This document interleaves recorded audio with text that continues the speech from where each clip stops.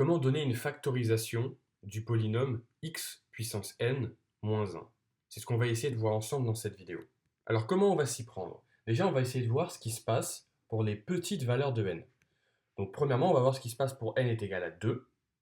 Donc ça, on sait faire, c'est x puissance 2 moins 1, donc x au carré moins 1. Et ça, on va utiliser l'identité remarquable pour le factoriser. Donc 1, on le remplace par 1 au carré, et là, on a quelque chose de la forme a au carré moins b au carré. Et on factorise sous la forme a moins b multiplié par a plus b. Donc on obtient x moins 1 fois x plus 1. Ok, donc ça marche bien pour n est égal à 2. Maintenant, on va regarder ce qui se passe pour n est égal à 3. Donc on va essayer de factoriser le polynôme x puissance 3 moins 1. Donc là, je t'invite à aller regarder la vidéo que j'ai faite sur la résolution d'une équation de degré 3. On va raisonner de manière similaire ici.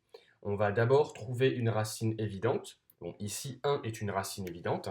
Si je remplace x par 1, j'obtiens 1 au cube qui vaut 1, et 1 moins 1, ça vaut 0. Si je remplace x par 1, l'expression vaut 0. Donc c'est-à-dire que 1 est une racine de ce polynôme de degré 3. On va pouvoir écrire x puissance 3 moins 1 comme le produit de x moins 1 avec un polynôme de degré 2, avec a, b et c des réels à déterminer. Comment on va déterminer les réels a, b et c? On va développer cette expression à droite, remettre ensemble les morceaux en x cube, x carré, x et les termes constants, et on va identifier les facteurs à gauche et les facteurs à droite. Si tu veux un peu plus de détails sur cette étape, je t'invite à aller regarder la vidéo sur la résolution d'une équation de degré 3. Donc on réécrit cette égalité en remplaçant a, b et c par les valeurs qu'on vient de trouver, et on obtient que x puissance 3 moins 1, c'est le produit de x moins 1 avec x carré plus x plus 1.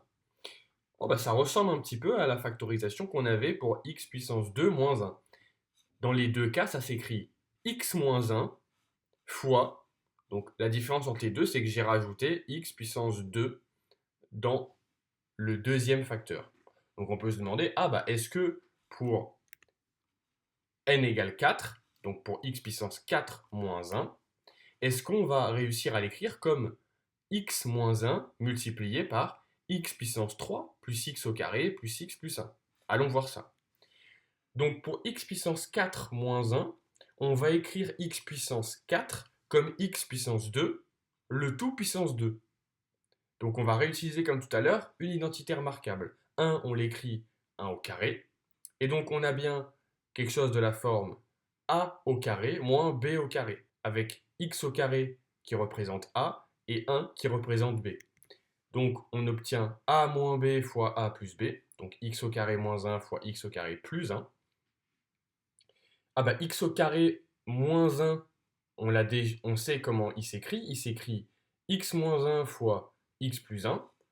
Okay. Donc j'ai réécrit ici comment est-ce qu'on fait. On écrit 1 sous la forme 1 au carré, on utilise encore une identité remarquable.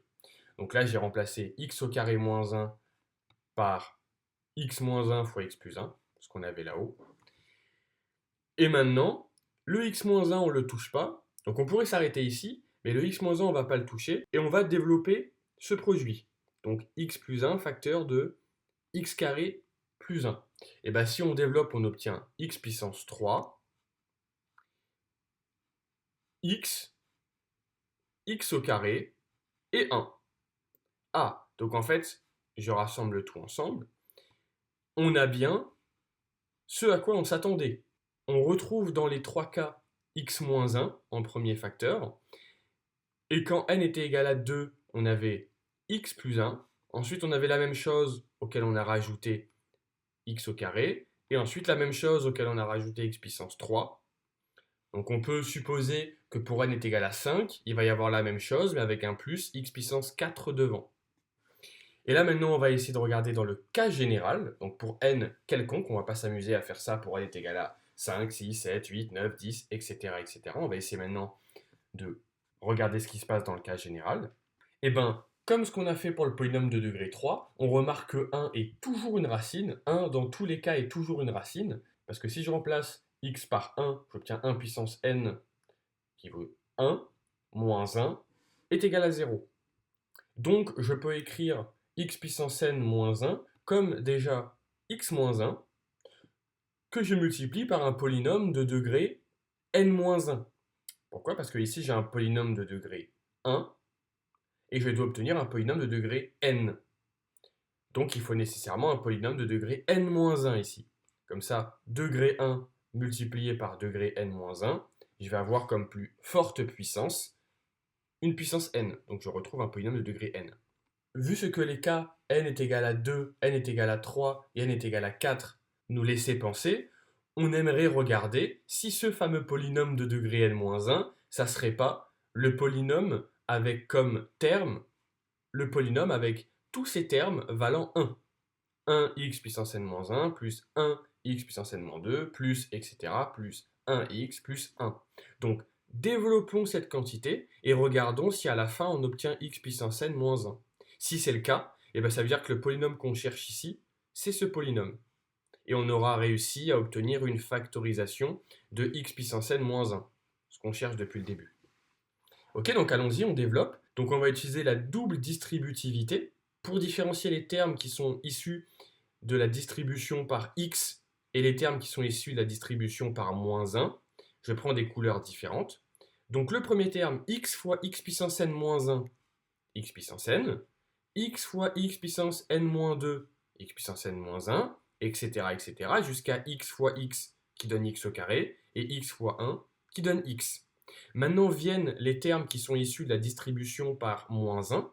Donc -1 fois x puissance n-1, ça donne moins x puissance n-1. Ensuite, moins x puissance n-2, etc., etc., jusqu'à moins x, moins 1. Très bien. Maintenant, regardons, est-ce que je peux mettre tous ces termes ensemble? Donc des x puissance n, il n'y a que celui-là, de x puissance n.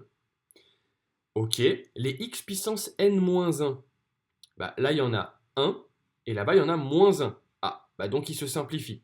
Ensuite, les x puissance n-2, j'en ai un là que j'ai pas écrit, et moins un autre là-bas. Ah, ils vont se simplifier, etc., etc.